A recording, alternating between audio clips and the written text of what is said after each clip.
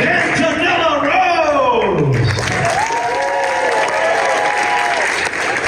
that absolutely creeped the hell out of most of us, Amelia McLain! Samantha Scaffidi, graffiti!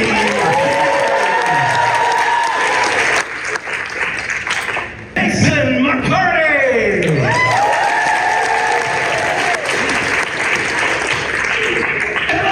Blair!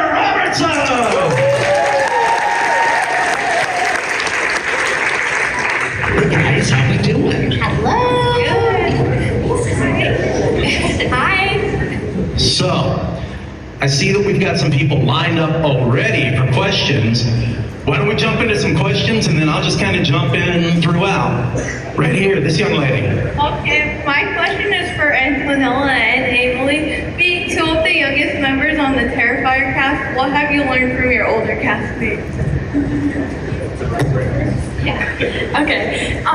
So I definitely looked up to my older castmates. I was 11 when I filmed Terrifier 2, so I was really young. I was in 5th grade. I didn't really know what I was getting myself into. I was nervous, especially like the first day on the set. I didn't know anybody, and let me just say, David was he was so sweet to me, and I was nervous because I mean, he's so creepy in the movies, but he's like the nicest person in real life, which is so funny. And Damien is such a mentor to me, and he is just so sweet, and I really look up to him. He's like such a genuine person, and I really appreciate that. And everyone sitting here is so genuine, and it's really good to have these type of people to look up to because I'm 15 now, so you know, I'm learning things, especially going to these conventions. I'm definitely learning like the ins and outs of like how this business works and stuff like that. So it's always good to like have people that I can lean on and like help, like they can help me with stuff. Yeah, I had a similar experience. I think I was also about 11 when I started filming. It can be difficult and kind of scary and nerve-wracking to be stepping into like a franchise that, you know, has been going on for a while, but just having such a wonderful cast and crew, it just really helped the whole transition into like this is a completely different genre for me. So just having so many people who are there to support me really helped me throughout this journey. And I think that, you know, people always ask me if I'm scared of, for example, David and Sam. And it's just really hard to be because they always make the experience so memorable, and they always come up to me after every take and they're like, "Are you okay? I'm not scaring you, I'm not hurting you." And I'm like, I'm fine, thank you. But it just really helps to have such a wonderful and kind, respectful cast member. I have a 16-year-old daughter, and when the trailer dropped for part 3, she immediately sent it to me, text message, and she was like, "Is the little girl gonna be there in this?" I'm like, well, first, I don't know that you should be watching this. Second, I'm really proud of you that you sent me this. And third, I don't know, screw it, let's just go see it and find out. So she fell in love with your character. So awesome.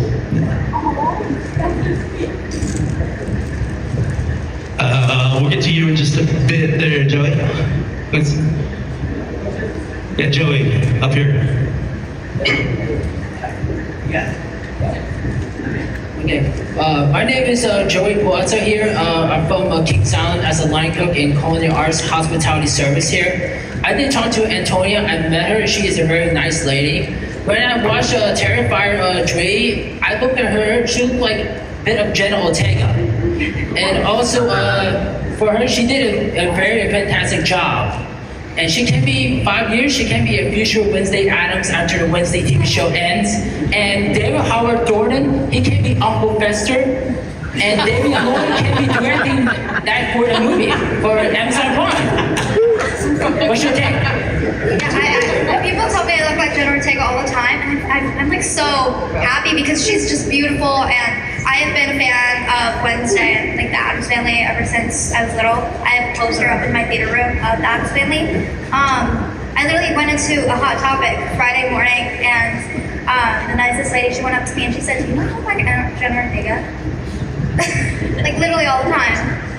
But I would love to see Dave as a poster. I think that would be a piece of art there. That really kind of, puts it into your head now.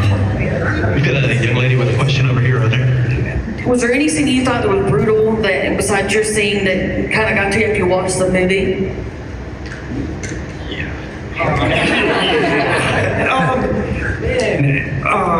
Oh my goodness! I mean, the way this movie just the roller coasters up and down with just the severe. I mean, everything is so severe in this, but like the severity of how much worse it just grows and grows. But I think a really difficult one for me to watch is the rat. The one. How many of you have seen the third one in here? Oh, it's almost about everybody. Right? Okay, so no spoilers, but well, I guess kind of spoilers. But there's a crazy Margaret, man. That one is difficult for me to watch. That, yeah, especially just where it's happening in the movie, is all hope is lost, and it's like it couldn't get worse, and it does. But yeah, it's a brutal one for me. It's difficult for me too, especially the Margaret hand.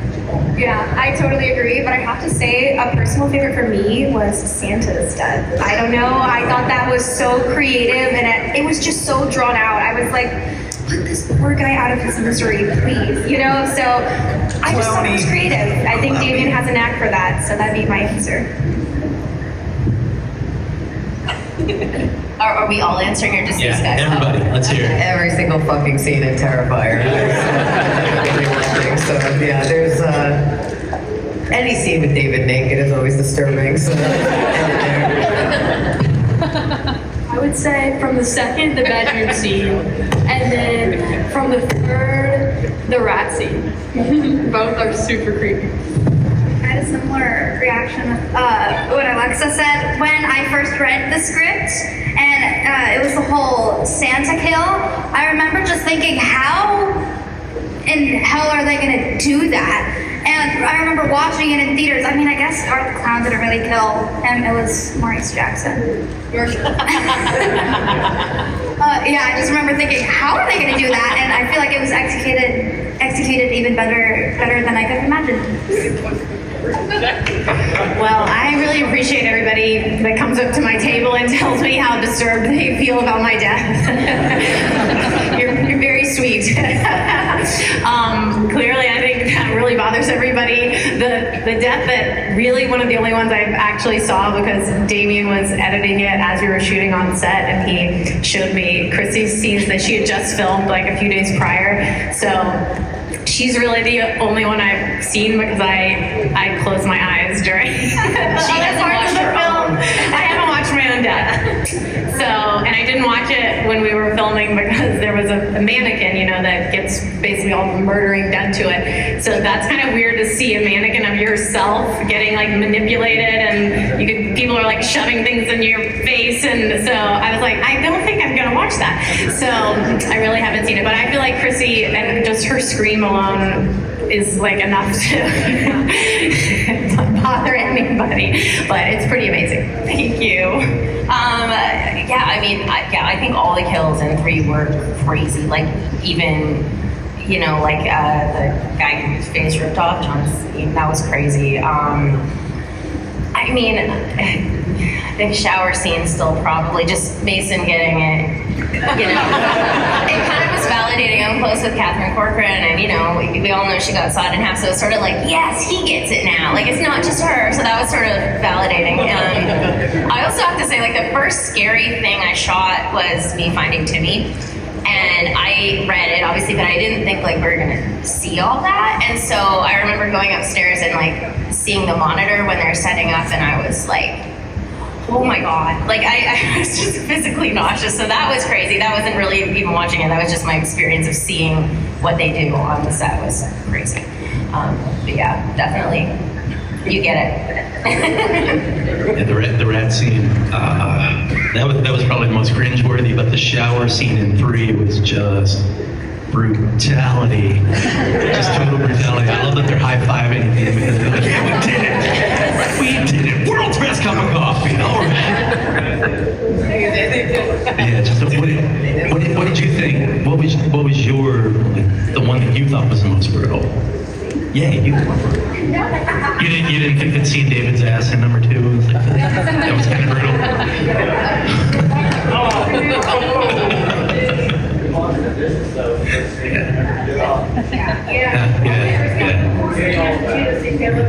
Yeah. No, he's a good boy. He always washes the dishes. He does his laundry. So respectful. I have a little daughter, and that was like, he is such a good boy. That was like her takeaway. Role model. So that's been one of the big questions going around. Does the little girl die in the beginning? Is she? Yes. Yeah. You think? Oh, yeah. Okay. Yeah. Do we know Art? Do we know who we're dealing with here? Is it? We forget? Okay. Is it really Jonathan though? That's dead. They say yes. Everyone across the board is like, yeah. Damien says you will find out in 4. Yeah. You never can trust. No, You can never trust it, you know. So I'm just curious if it wasn't Jonathan, you're shaking your head no. Who was it? I've heard theories Wait it a was a second. little girl. I mean, it could be anyone at that school, anyone at the university. You know, you could have just done it as a decoy, but just to confuse everyone more. I like to think it's Mason. Oh, that's It could have been my skull. Maybe. Maybe it's Damien. I like to think, according to that theory, I would like to think that Art would just sneak into Jonathan's dorm room and just while he's sleeping, just take the glasses. That would have been funny. Hello. Hi. Okay, so I asked the other half of the cast this the other day, but I was wondering, what is your guys' favorite behind the scenes moment while filming? And any injuries that you've physically sustained? Yeah, it's impossible to do. Like, I had axe marks in my back. I got an axe out of my arm. Axe. Yeah, not an axe mark. Although it checks out. Yeah, I looked like someone beat the hell out of me when I got home, but it was so worth it. My favorite behind the scene moment, it was sort of the thing I was the most afraid to shoot was just the axe coming through the door by my head. And it was such an authentic reaction. Jamie's like, let's scream or just do it, what do you feel in that moment? And I was just like crying. I was so scared. I had wood chips in my eyebrows and stuff. So that was pretty fun. And I liked some of the chase stuff when David's chasing me down the stairs in clown shoes. I was like, he's gonna put me through that wall. Yeah, we had so much fun though. I would say, one is, I guess, when Sam and I were, doing the big scene at the end. And I mean, now, also granted, I've never even met Sam. She was only in makeup. Anytime I saw her, I've never actually seen what she looked like until we finished shooting. I guess she was always there earlier than me. But she's trying to, keep this, prosthetic on her face, and she's got this contact, eyeball falling out, and she's trying to keep her fingernails on, and, she was just, falling apart in front of me. We're trying to my fingernails literally got stuck in your hair. They got stuck in my hair. It was just a comedy of errors. So while all that super intense scariness is going on, we're just trying to keep fingernails on her hands and stuff. So it helps to laugh.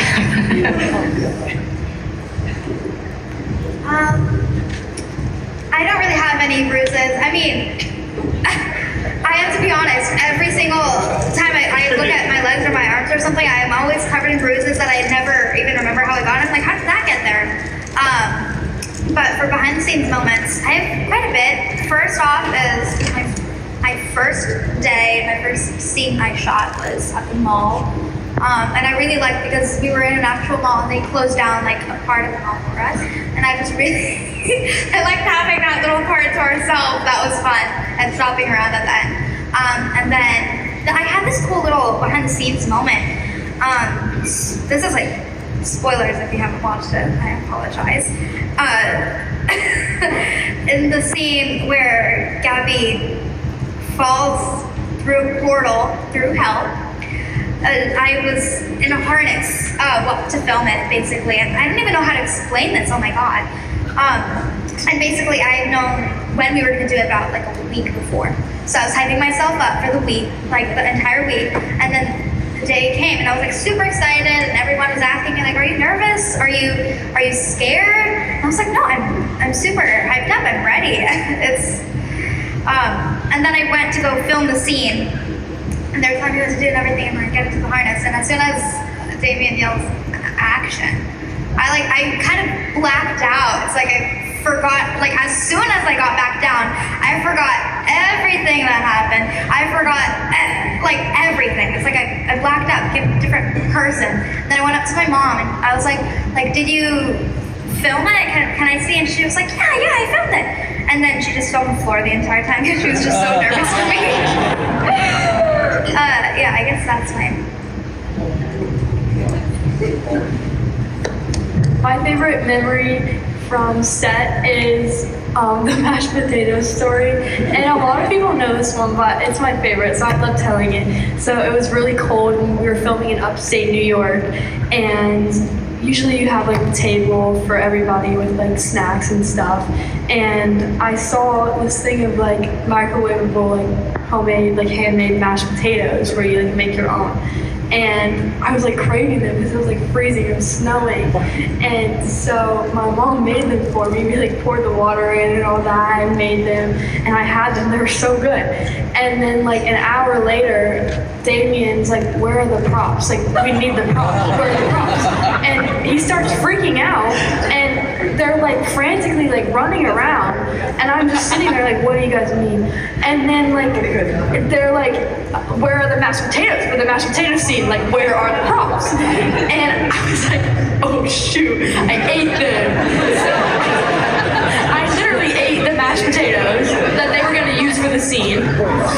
So then they had to go all the way out. It was like in a rural area too, so they had to go to like a Walmart, like so far away, and buy more mashed potatoes for the scene because I ate the only ones that were there. Out of like all they had so much, like so many options of snacks, you know, out of all the options, I was really feeling the mashed potatoes. So yeah, I ate the props. That's my funny story. I definitely think the fingernails in your hair was probably a highlight. Injuries, because that was the question, right? I had a swollen eye from, because everyone knows I have covered my eyes covered for like 20 plus hours, and an eyelash once in a while, once it gets in, you can't get it out. So that's a very joyous thing to experience multiple times. And yeah, and after we were filming, because I had spent so many days in makeup, well, like 20 hours in, then I take it off, do it again, about like 2 weeks. My eye, every morning I would wake up and it wouldn't open. So I would literally have to physically open my eye and retrain it. Now we're all good, but I love explaining how much I suffered on this film. But I would say it was definitely the fingernails, and just on a positive note, it was any time during one, because when we filmed one, we had so much time. There wasn't many of us, and so it took hours and hours just to set up a scene to light it. And so David and I, you know, there's that video of him on the bike going around, and Damien, I was filming that. You'll probably hear my voice in the background, and we had a little bit too much fun. So, yeah. Man, I mean, so many surreal and fun memories on that set for the third one, and I mean, I was so excited and nervous. I mean, there's so many things. I remember the first scene we shot was the dorm room sequence with Elliot, and that was a blast because I'd only lightly gotten to know him a day or two before, or maybe just a day before, and I just felt like we all hit it off, and it was such a fun scene to block and do. And it was funny, we shot for a week of just like principal dialogue scenes, so I was like, my introduction to working on Terrifier was super light and easy. I was like, this is no problem. Like, I haven't seen any blood. It was great. And then we came back a little further into production for the shower scene, and it was just a week of pruny fingers from the shower, you're sticky from the blood, but man, it was a Goliath. It was a huge marathon.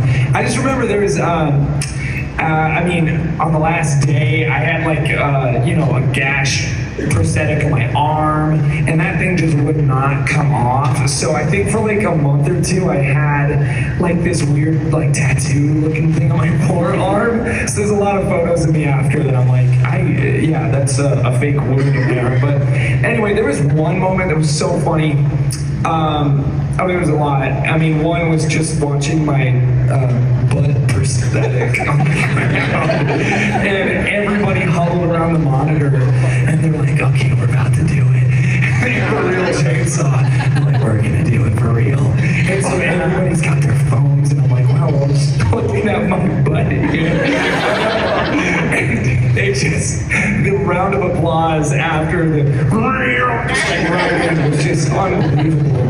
And even, I mean, when Art has to break through the shower glass, they only had 2 panes of that, and so they were really concerned that they were going to get what they needed. And the first one, you know, David's ready to go. He's gonna do it, and he does it, and it only like hits the corner, and then the whole thing just like in half, just kind of just like falls over and shatters, and everyone's like, "Oh my god!" And so then they set up the next one, and now another moment of everybody crowding around the monitor was really intense. And we're like, "Oh my god!" And they were hyping up David, and like, "You have to, like, it's gonna, and you hit it here, it's gotta go here," and like, and he's like, okay. And they just waited and waited. They're even like, "Should we get one more? Should we call and try to get one more?" Like, but it was already too late. And so everyone's huddled around, and he's waiting. David calls action. He hasn't done it yet. And then it's just perfect, and he nailed it. But he just goes, "Merry Christmas!" Like right into the crowd, right into the crowd. It was a beautiful moment he nailed it. Anyways, that's the one in the movie, but it was just a cool moment of everybody huddled around and just panicking, and he nails it, and it was so fun. But yeah, love that. I'll be short and sweet. I would say probably my favorite moment on set was also one of my final moments, and that was, you know, we did most of Mason's coverage first. I was like the very tail end, and at this point, Mia's unrecognizable. You know, we're missing scalp, we're missing torso, we've got prosthetics head to toe, we're covered in blood. Ooh, and we've been doing this for 4 days, okay? So this is like, we are at the tail end. We have that montage where he, you know, right down the middle. And I get up, I'm looking like a demon, and I was like, "Oh, like, Damien, this was so great. Like, I don't want to give you a hug, I don't want to get you dirty." He's like, "Are you joking?" And he brings me into a big bear hug, and he gets completely drenched in blood. And like, that to me just says everything about him as a person, as a director. He's not afraid to get his hands dirty, and I just felt, you know, so included, and that was such a beautiful moment and a culmination work. Oops. And then my injury response would be, I actually got a double ear infection after doing the shower scene. I was very, very ill. My hair was dyed red. My blonde streaks were dyed red from the blood. And that explains how much blood we used in that scene. I literally had it internally. So yeah, there you go. You know what? I didn't know that about it. We all didn't get to work together, so I love hearing stories. I had blood, I had a prosthetic on half my head, and so there was tubing, and like the blood would gush out, but then it also gushed down my ear canal, and for literally almost 2 months, I would have a shower, and then fake blood would come out of my ear. Yes, it was insane. Terrifying. You guys should talk to Catherine. I think we need like a support group. Terrifier Anonymous. But Damien gave me the blood hug too at the end. I was so that was very sweet. It's funny that you say that about the ear infection. When we did the Evil Dead panel a few nights ago, Jane Levy was talking about how she had the same thing happen because of like the blood storm that she had to go through. So stay away from fake blood, kids. It causes ear Acting's infections. hard, okay? It's not all glamour, okay? Look at this young girl right back here. Hi. Raise your hand again. He can't see. Oh, which one? Oh, yeah. Hey, go on the little one. Emily, are you going to be the Terrifier 4? That's a really good question that I don't have an answer to. I really hope so. Fingers crossed, guys. Guys, cheer if you want Little Pale Girl back. I'd love to be back. I really would. That's a Damien question, and it's all up to Damien and where the backstory goes with Little Pale Girl and all of that, but I would hope to. So there were a lot of references to Black Christmas and Silent Night, Deadly Night. Black Christmas is my second favorite movie of all time. Did any of you guys come into Terrifier 3 having already seen Black Christmas or Silent Night, Deadly Night, or did you see it afterwards, after seeing the references and things like that? I mean, I've seen like all of the classics. I'm a horror movie fanatic, so yes. And I was also very excited about the Shining thing. I was so pumped. Just like we only had one door, and so the way it went through the door, it was like just perfect for him to do. I was like, this is too good. So yeah, that was very exciting. I love the Shining thing. I'm the worst person to ask this question to. I wish I could tell you that I have seen a ton of horror movies, but I really haven't. But that's why this experience was so fun for me, because it really helped me to see like why people love horror so much, and especially coming to all these conventions now, just like you guys, you know, I get it. I get why people are so into it and what's so fun about it. And I think especially our movie has so much humor, and you know, it's not just a scary movie, it's about the characters and it's about their relationships, and that's the humor, and it's definitely the kills, you know, you're just like, oh my god, how is this person gonna die? So I get all that now. So maybe now I can try to go back and watch some other things. Yeah, those movies are definitely on my watch list. I haven't really watched them yet, but I do remember after a few days after Terrifier 3 had premiered in theaters, I remember I watched a TikTok, and it was like and it showed like all the references in Terrifier 3, and about the Shining one, that one was one of my favorites. And then after I saw all the references, I was like, that's so cool. And I was like, I'm gonna have to watch this one, but not yet. Yeah, I haven't seen those either. I haven't seen any horror movies besides Terrifier 1, 2, and 3.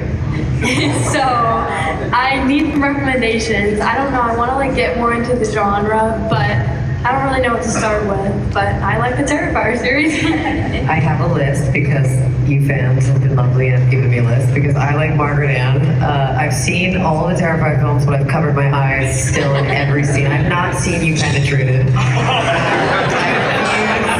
I refuse. But those are the top two that are on my list. And when Damien told me that he was making Terrifier into a Christmas movie, I was like, what the fuck? Why would you? And then I got the set, and I was like, oh, okay, yeah, this makes sense. So I really am into now Christmas horror. And I've definitely watched the trailers too, so it's in the next 2 months. I'm gonna, yeah. I've seen a lot of Black Christmas, but I have not seen it all the way through. And but that was super familiar to me. Moving right into filming, I was aware that Damien wanted to do that, so I was like, oh, that's really cool. So a lot of the look was very parallel and cool like that. But I hadn't even seen the Terrifier movies before filming, so I was really, really freaked out by Terrifier 2.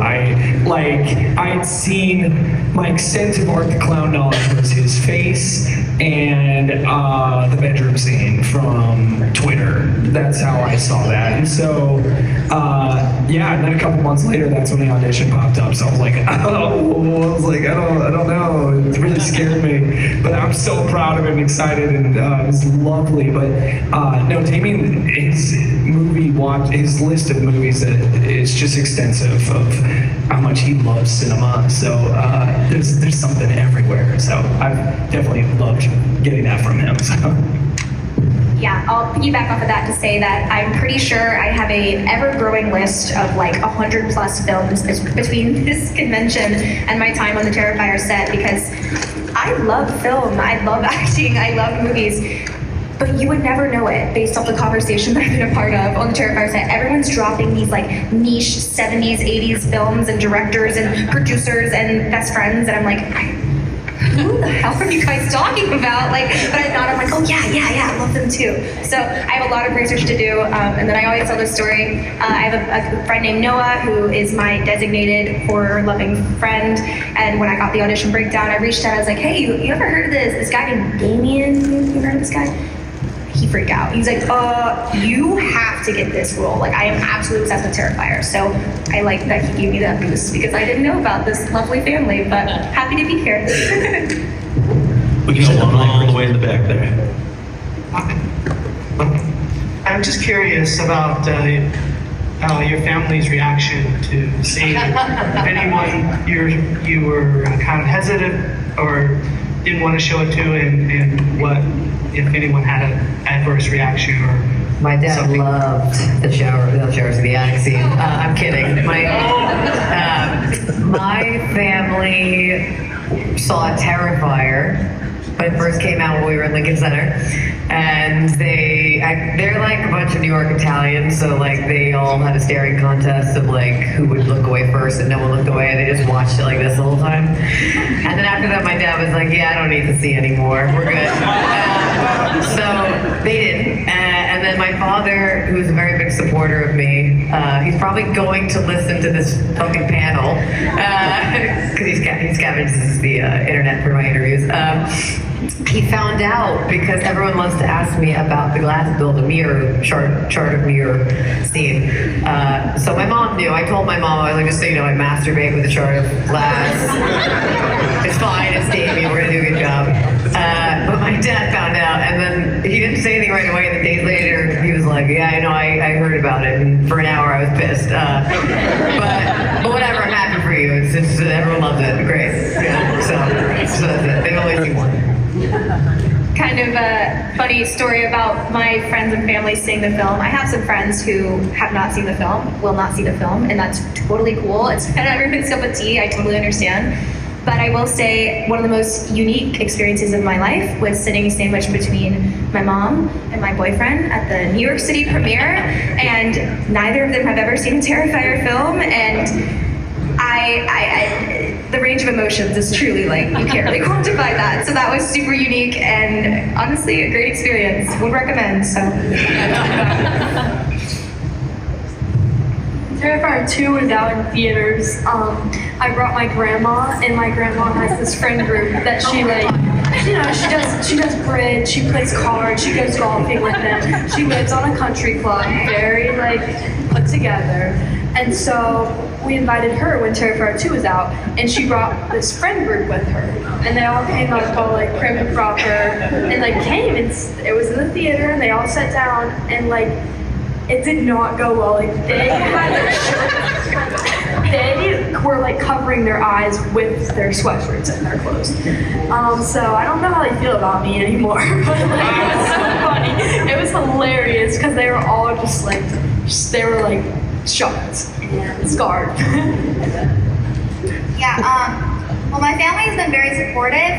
Funny thing is, most of my family is Brazilian, and I feel so lucky that Terrifier 3 got to be in theaters, even in Brazil. So my family there got to watch it, and they're a small town, and so I didn't really get to see their reaction.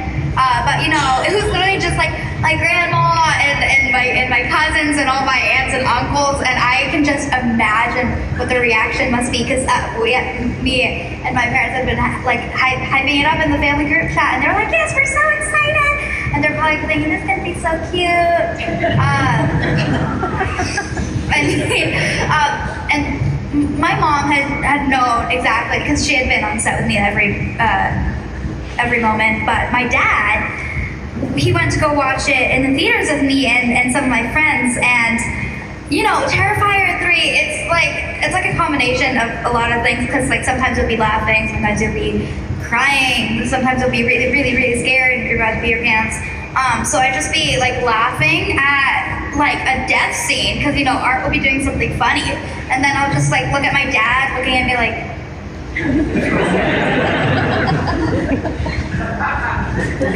you're sick. And I mean, all my friends, they were, I thought they would be scared, but they were kind of, they were just oh, okay. I knew this was gonna be gory, but oh my god. Yeah, they're literally just 7th and 8th graders. So you can imagine. It's kind of odd how you get those weird looks in the theaters when you're laughing at the most brutal death scene.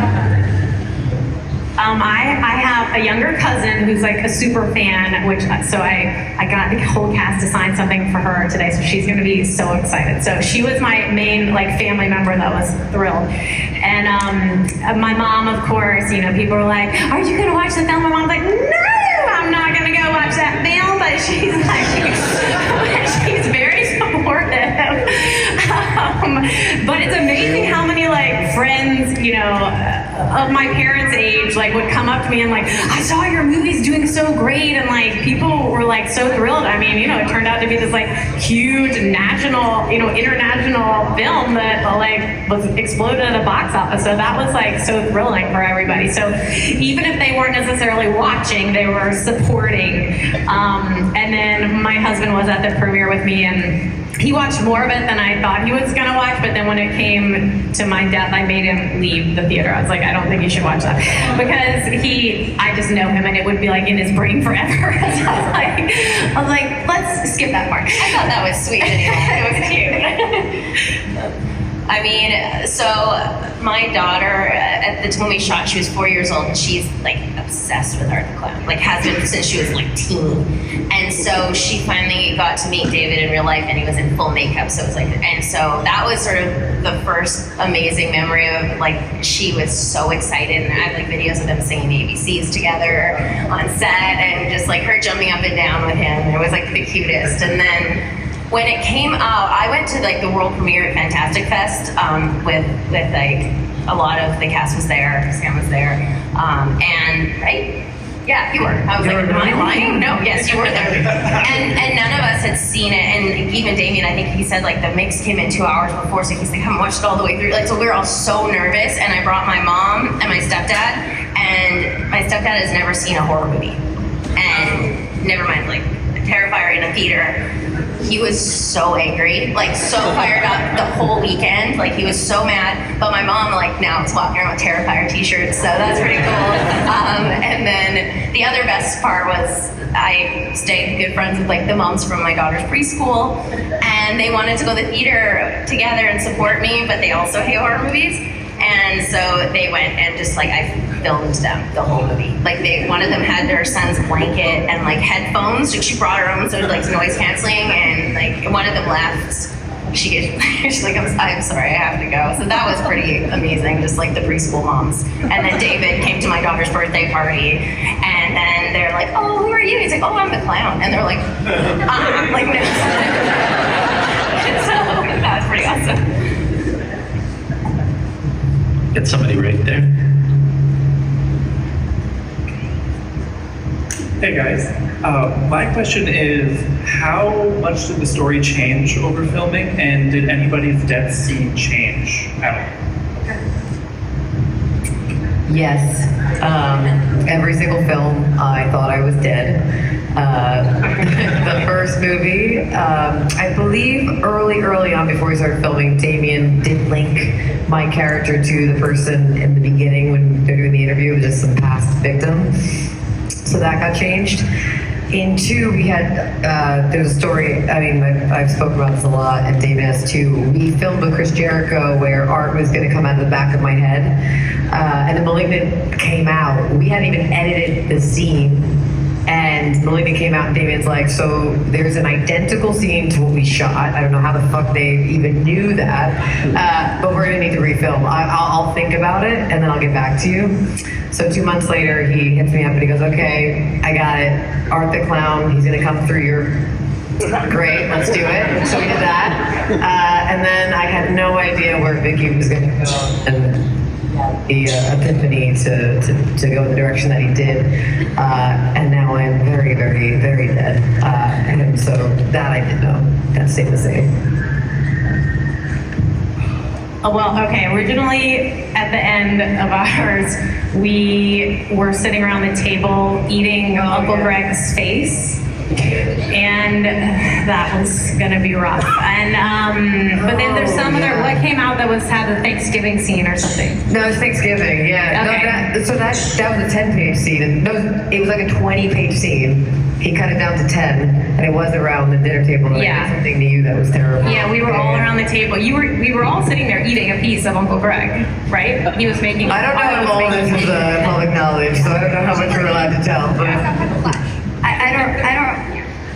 But so I was happy that we didn't have to do that. yeah, cannibalism seems to be in the ether right now. But there was a lot that I don't know if we're allowed to say, but we had to adjust that final scene for sure, and there was a lot happening to a lot that was very degrading. So you can only allow your imagination to go. Yeah, I don't know a lot of what I can say. Basically, I think I got the first script, and then I was reading up until the end, and I was like, oh my gosh, this is amazing, and I really liked it. And it was basically Gabby had to watch her mother die, and I was like, okay, like I see you, and he called me after I said I finished reading it, and he was like, how is it? I was like, I love this, and he was like, yeah, I thought about it, and I was like, maybe he said maybe we're not gonna have a child watch her mother die.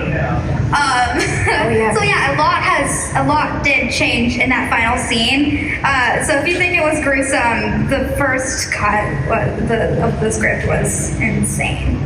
For me, I don't know if it was the same for you, but after a lot of the audition process, Damien had a Zoom call and he offered the role, but what he did was, because everything was really like locked in, like you couldn't read the script or anything, but he's like, I'm gonna send you one thing, you can't show this to anybody, and it was just one PDF of the shower scene, just to make sure that was something I was comfortable signing on and doing, which is super awesome and considerate of him. That was amazing. But I found it on my phone recently, and I didn't realize that you live a little longer than me in the OG version. So like, I get it, I'm out. And then he just keeps going, I think, at your character. There was a couple things that were different, and I just totally did not remember, but I also felt like that was such a funny way to offer the movie. It was like, the part two was, if you're okay with this, and I so was game. It was awesome. Yeah, when we get the script, we didn't have, some scenes are left out when you get the script, and then they tell you later what's gonna happen. But you definitely have some blank spots of like, and something happens here, and then they skip to the next part. So you never know. I mean, mine, it was basically exactly, and I was like, wow, this is like a long opening. Like, I think it was like 13 minutes or something, and I was like, oh, I was like, maybe it'll end up getting cut down, and it was really cool that he like basically made like a short film at the beginning of the movie, and I like that the way he set the tone. It was so like sadistic and dark, and then the middle part was sort of fun, like watching the chainsaw and all that stuff, and you're like laughing, having fun, but then it gets really sadistic again at the end. So I thought that was cool. But yeah, everything was pretty much exactly the same. Damien's is great. It's just such a great director, because he was like he'll talk to you about dialogue. He's like, is there anything, but I actually thought his dialogue was spot on. I was really excited about it, and then and then I really realized how he sent me storyboards, like how far he was going to go with it, and I had to do apparently more molds than anyone in the movie. I had to do a lot of, so I was like, okay, we're really gonna like show a lot of things here. So that was fun. I was sort of prepared because of the amount of pre-work we had to do. Amelia, I've just got to ask you, how cool is it to you as, you were 11 years old when you filmed Terrifier 2. How cool is it now to come out to places like this, see people dressed as your character, and how cool was it to have your own Funko Pop? It's crazy. I had no clue that Terrifier was going to blow up like it did. Like when I was 11 flying to New York to film this, it was like just tiny, and like, I was just doing it for like, experience and to get better. And I had such a blast filming it. And then I had to keep myself a secret for the next few years, because Little Pale Girl was a secret, and it was really hard for me to not tell anybody that I was going to be in this Terrifier 2. And then it came out, and I went to one of the premieres in New York City, and I was 11 when I filmed it. I was 13 at the premiere, and it just like immediately blew up. And all of a sudden, like everyone from my school starts talking about it, and they're like, oh, Amelie, like you're in Terrifier 2, and like they're sending me like edits on TikTok, like myself. It's crazy. And yeah, seeing all the cute little little ones in the little pill girl costumes are so adorable. I love that. It's just crazy that my character is like so big that people want to dress as it. It's insane. And the Funko Pop is crazy. I am so excited about that. That just came out. You do? It's so awesome. I love signing those. And when I was little, I used to buy Funko Pops. I bought my own. And it's crazy that now I literally am one. Like, that's insane to me. And I would have never, ever thought that this would go the way it did. And I'm so happy. Oh, I have to tell you something really funny. My daughter is obsessed with her character, and she wears her costume just for no reason. And at school, one day, she goes to her private school, you have to always wear uniforms, and one day they're like, you can dress like your best self, and she dressed like you. Oh, yeah. She did. She got to meet her in makeup yesterday, and that was just like, her head exploded. She's so sweet. She dressed like me? She dressed like you For at the, school. like, and dress like, and it's like a Christian school. Oh my gosh. That's so funny. All right, folks, well, let's end it with a question over here. You're good. You guys cast a pretty good job so far, too. And I have a question for Bionica. Will your character be back resurrected as a good guy in Terrifier 4? Victoria. Victoria, my bad. No, you're good. Actually, you said Veronica, right? Yeah. My boyfriend's mother always refers to my character as Veronica, so that's a very strange coincidence. I like that. Will she come back? Yeah, come back as a normal person to fight the Art the Clown and the I Hell. pray to God. I would love to not wear a prosthetic. And I would love to finish the series with them. I always joke about the prosthetics, but I love every single one of Damien's a genius, so if I could be involved in the fourth, that would be amazing. But I'll tell you, if I'm not, you'll forget about me, because whatever Damien does is going to be the best version of Terrifier, and I'm just excited now as a fan. So I hope so, but we'll see. Yeah, nice to meet you too. Yeah, you're a good person, and I hope Terrifier 4 will be distributed by Neon or A24. No, fuck that. We want to stay independent.